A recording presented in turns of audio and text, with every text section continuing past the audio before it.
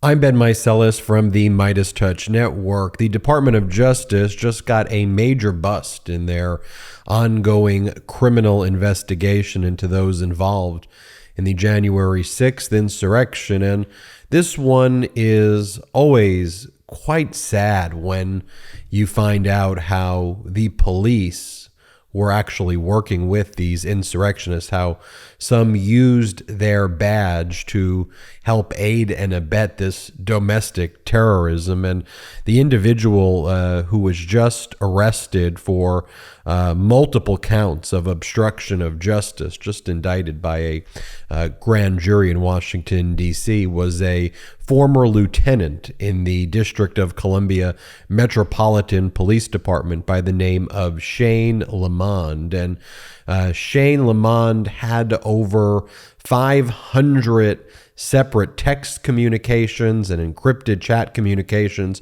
that the Department of Justice was able to get their hands on between Lamond and Enrique Tarrio, who was just convicted of seditious conspiracy, the leader of the Proud Boys. And they were communicating from July 2019 through the January 6th insurrection. And Lamond had lots of information about the crimes being committed by Tarrio. Lamond was providing Tarrio with confidential information regarding the Metropolitan Police Department's investigation into the Proud Boys.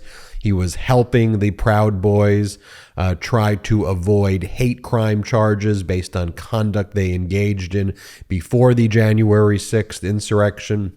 He was keeping Enrique Tarrio up to date regarding what was going on with the January 6th insurrection. Here, I'm just going to pull up one of the text messages that were exchanged between Lamond and Tarrio. And this criminal indictment, which was just unsealed, has many of these text messages that took place. And some of the text messages they weren't able to even retrieve. The DOJ wasn't, because they all took place, or a lot of them took place on encrypted applications such as Telegram, and some were set to be deleted. Others were not deleted. But look at this message here, pull it up, where the Lamond, when he was working at the Metropolitan Police Department for the District of Columbia Police Department, says, "Looks like the feds are locking people up for rioting at the Capitol. I hope none of your guys were among them." And Tarrio goes, "So far from what I'm seeing and hearing, we are good." And Lamond says, "Great to hear. Of course, I can't say it officially, but personally, I support you all and don't want to see your group's name and reputation dragged through the mud." Here, let's pull up this criminal indictment right now out of the United States District Court for the District of Columbia, United States versus Shane Lamond. Grand jury returned count 1 and count 2. You see obstruction of justice and making false statements. And the false statements also relate to the fact that once the Department of Justice were able to get Enrique Tarrio's communications, and they linked Enrique Tarrio's communications with Shane Lamond then started lying about those communications. And despite there being like hundreds and hundreds of text messages that the DOJ was aware about, I'll just read from paragraphs 65, 66, and 67 from the indictment. Paragraph 65, on June 2nd, 2021, when federal law enforcement officers interviewed Lamond about his contacts with Tarrio, Lamond knowingly and willfully made several false and misleading statements to them, as described below. When asked whether in his conversations with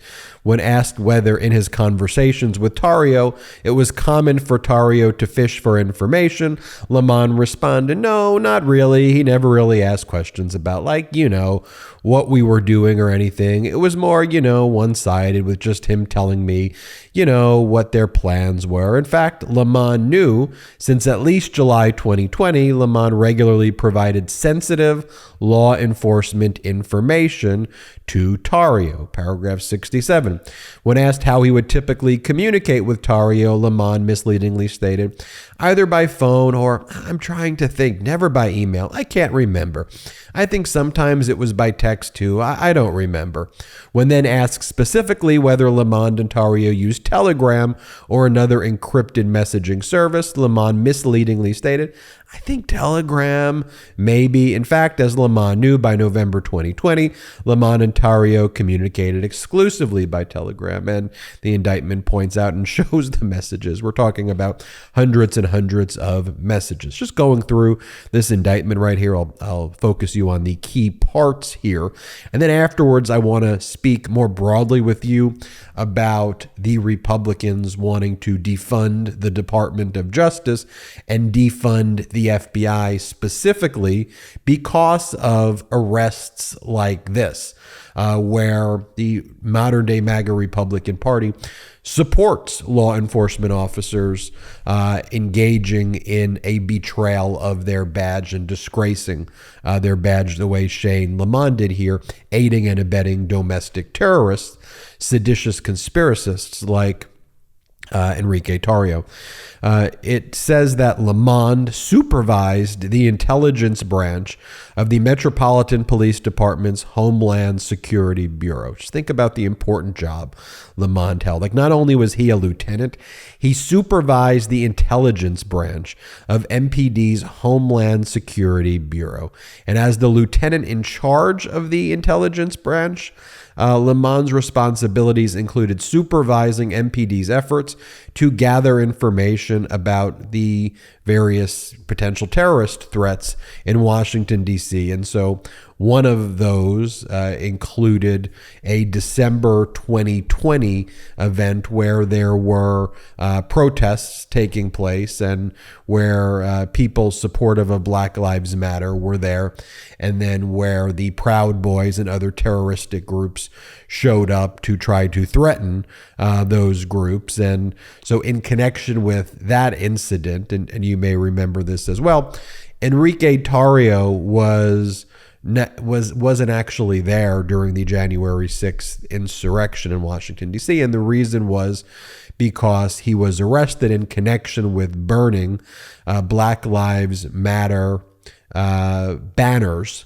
And then he announced on his social media platform that he did it. He stole these banners and then he burned them.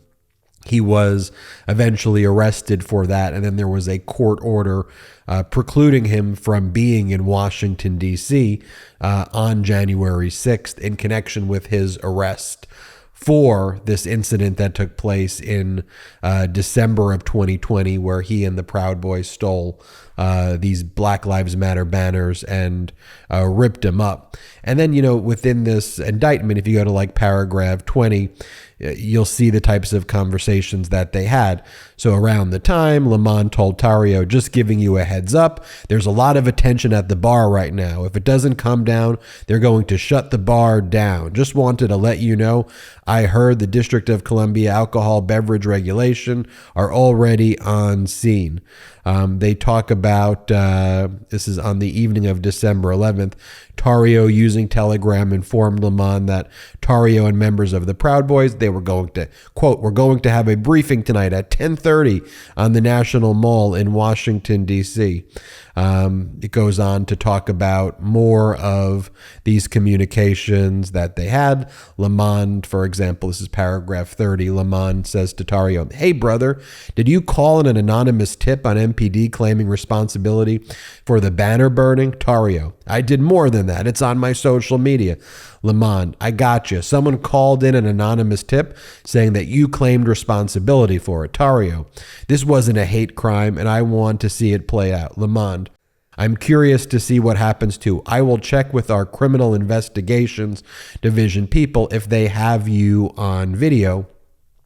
The indictment goes on to talk about how Lamond then told people within the department not to focus on the hate crime, but instead to focus, and this is what it says in the indictment and what Lamond was saying, to focus on Antifa, and that Antifa was also burning things, and that's what they wanted to focus on.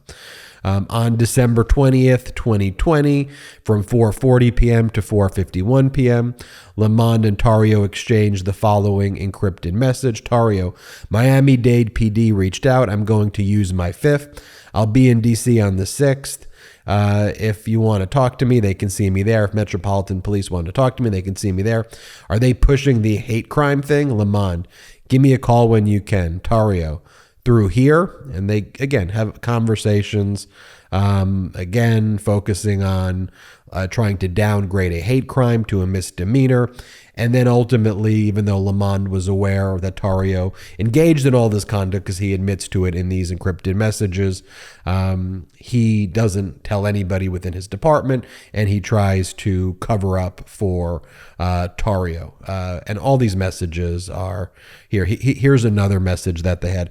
On January 7th, 2021, using Telegram, Lamond and Tarrio exchanged the following message, paragraph 61. Tarrio: I think I could have stopped this whole thing, referring to the insurrection. Lamond: I don't know, bro. You know, it's effing bad when someone was the voice of reason, they wouldn't listen to him.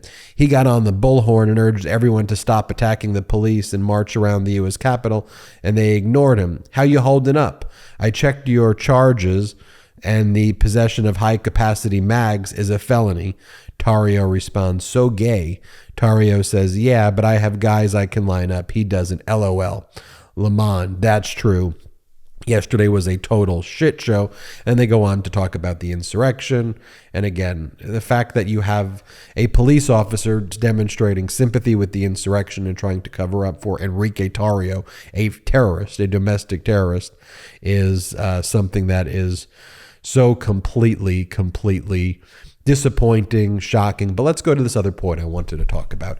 And this is the MAGA Republicans have talked about disbanding the FBI, abolishing the FBI. Here, I'll just show you. Here is MAGA Republican Tim Burchett about defunding the FBI. Play this clip. We have the power of the purse, Maria. The Congress is this country's checkbook, and we can start cutting funds to the FBI.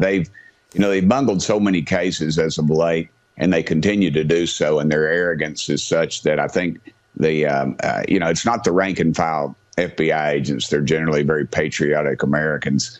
And I know many of them in my area, and they are hardworking, patriotic folks. It's this top level of arrogance that we've seen, and it is the swamp. It does exist, and that's what we'll have to do. We'll have to start cutting their checkbook a little bit just to get them to the table, if that's what it takes. And I'm for that, because they have they've just not done their duty. Here's MAGA Republican Chris Stewart talking about it. Play the clip. But when people say it's time to disband the FBI, to delegate those authorities to others, such as the U.S. Marshals, there's a growing number of people in Congress who begin to feel this way. And the reason being is, as we go back to accountability, they look at what they've done in the last 10 years. My gosh, you could go back to Martin Luther King and then blackmailing Martin Luther King. And then we ask, well, are they going to do it again in 2024? And if they aren't, or if they intend to, how do we plan to stop them? And once again, for those who say, maybe the FBI, we could delegate those authorities and actually completely defund them, you can understand why American people feel that way about that. And then, of course, it's spread on the propaganda network of Fox. Play this clip. And I think a lot of people rightly are calling for the FBI to be defunded, and maybe, a new premier law enforcement agency will come up in its wake, Stephen Miller, because unfortunately, I think it's been so politicized and weaponized, I'm not sure you can even fix it at this point. That was Hannity. But you see, this is the messaging that they put out. I could show you so much more. And ultimately, the reason why they want to abolish the FBI, abolish the Department of Justice, is because they are pursuing criminal investigations and charges like this against Officer Lamond and former Officer Lamond, and against, the Proud Boys, against Oath Keepers, against domestic terrorist groups. Like, it pains me to say this, but the modern day Republican Party sympathizes with terrorists, domestic terrorists, and the data reflects that. That's not hyperbolic when they say shut down the FBI, shut down the Department of Justice, and then they sing songs with the January 6th insurrectionists, and they applaud these groups like the Proud Boys.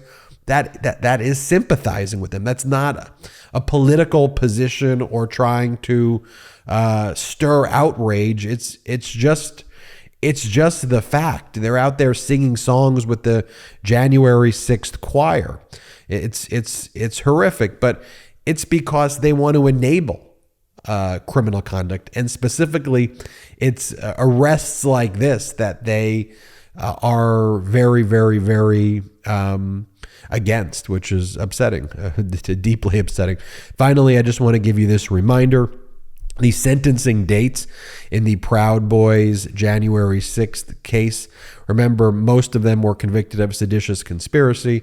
All of them were convicted of serious felonies where they'll serve serious jail time. Enrique Tarrio, Ethan Nordian, August 30th is when their sentencing is. Joe Bigg sentencing August 31st. Zach Rell, August 31st. Dominic Pizzola, September 1st. Expect the Department of Justice in their sentencing memos to ask for serious jail time. And I think for Enrique Tarrio, who we've been talking about, I think you're going to be looking at around 20 years and probably more.